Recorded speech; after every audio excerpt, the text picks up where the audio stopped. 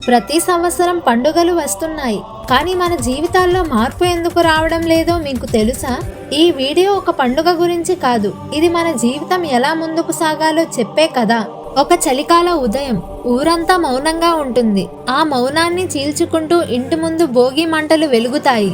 ఆ మంటలు కేవలం పాత సామాన్లను కాల్చడం కోసం కాదు, అవి మనలో పేరుకుపోయిన పాత అలవాట్లు, పాత బాధలు, పాత భయాలను వదిలేయమని మనసు చెప్పే సంకేతం. పూర్వకాలంలో ప్రజలు వర్షదేవుడైన ఇంద్రుణ్ణి పూజించేవారు, ఎందుకంటే వర్షం లేకపోతే పంట లేదు, పంట లేకపోతే జీవితం లేదు అని.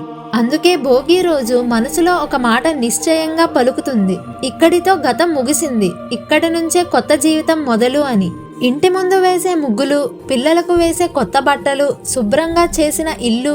భోగి అంటే శుద్ధి, భోగి అంటే మార్పు అని అంటారు. ఆ మార్పుకు సాక్షిగా భోగి రోజు మరో దృశ్యం కనిపిస్తుంది. చిన్న పిల్లల తలపై పెద్దలు భోగి పళ్ళు పోస్తారు. అది కేవలం ఆచారం కాదు, భవిష్యత్తుకు ఇచ్చే ఆశీర్వాదం. పండ్లు ఆరోగ్యానికి సంకేతం, చెరుకు తీపి జీవితానికి గుర్తు, నాణేలు సంపదకు సూచన, పూలు శుభానికి ప్రతీక. పిల్లల జీవితం తీపిగా, ఆరోగ్యంగా, సంపూర్ణంగా ఎదగాలని పెద్దలు మనస్ఫూర్తిగా కోరుకునే క్షణమే అది. భోగి రోజుతో మార్పు మనలో మొదలవుతుంది.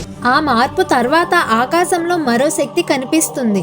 అతడే సూర్యుడు. సూర్యుడు మకర రాశిలోకి ప్రవేశించే రోజు అదే సంక్రాంతి. పురాణాల ప్రకారం ఈ రోజుతో ఉత్తరాయణం ప్రారంభమవుతుంది. దేవతలకు ఇది పగలు అంటారు, కానీ రైతులకు ఇది ఆశ. నెలలు తరబడి వేసిన శ్రమకు ఫలితం దక్కే రోజు ఇది. పొలాల్లో పంట కోత పూర్తవుతుంది, చెమటకు విలువ వస్తుంది. అందుకే ఊరంతా పండగలా మారుతుంది.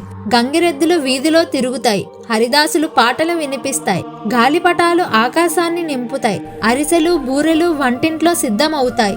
ఇవి కేవలం వంటకాలు కాదు, శ్రమ ఫలితానికి చెప్పే కృతజ్ఞతతో చేసిన సంబరం. సంక్రాంతి అంటే ఆనందం, సంక్రాంతి అంటే కృతజ్ఞత. అదే సంక్రాంతి రోజున మరో విశేషం జరుగుతుంది.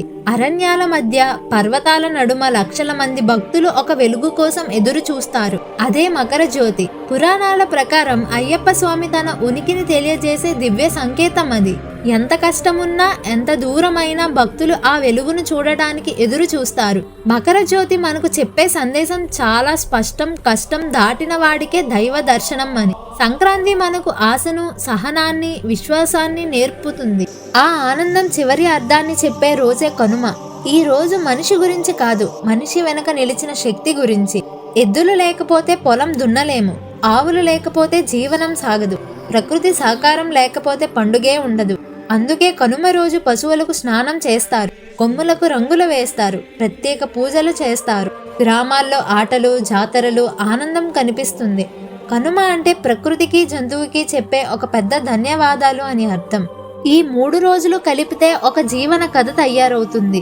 భోగి మనకు మార్పు నేర్పుతుంది, సంక్రాంతి శ్రమ విలువను గుర్తు చేస్తుంది, కనుమ కృతజ్ఞతను మనసులో నిలిపేస్తుంది. ఇవి కేవలం పండుగలు కావు, ఇవి రైతు జీవన చక్రం. ఇవే భారతీయ సంస్కృతి సారాంశం. ఈ రోజుల్లో మనం పండుగలు జరుపుతున్నాం, కానీ వాటి అర్థాలను మర్చిపోతున్నాం. మన పెద్దలు మాత్రం ఈ పండుగల ద్వారా మన జీవితాన్ని సరిదిద్దారు. పాతదాన్ని వదిలే ధైర్యం, శ్రమకు ఇచ్చే విలువ, ప్రకృతికి చూపే కృతజ్ఞత, ఇదే మన సంస్కృతి. ఇది పండుగల కథ కాదు, ఇది మన సంస్కృతి మనకు ఇచ్చిన జీవన బోధ. మన సంస్కృతిని ఇలాంటి కథలుగా తెలుసుకోవాలంటే మన ఛానల్ని సబ్స్క్రైబ్ చేసుకోండి. మీ అభిప్రాయం కామెంట్లో చెప్పండి.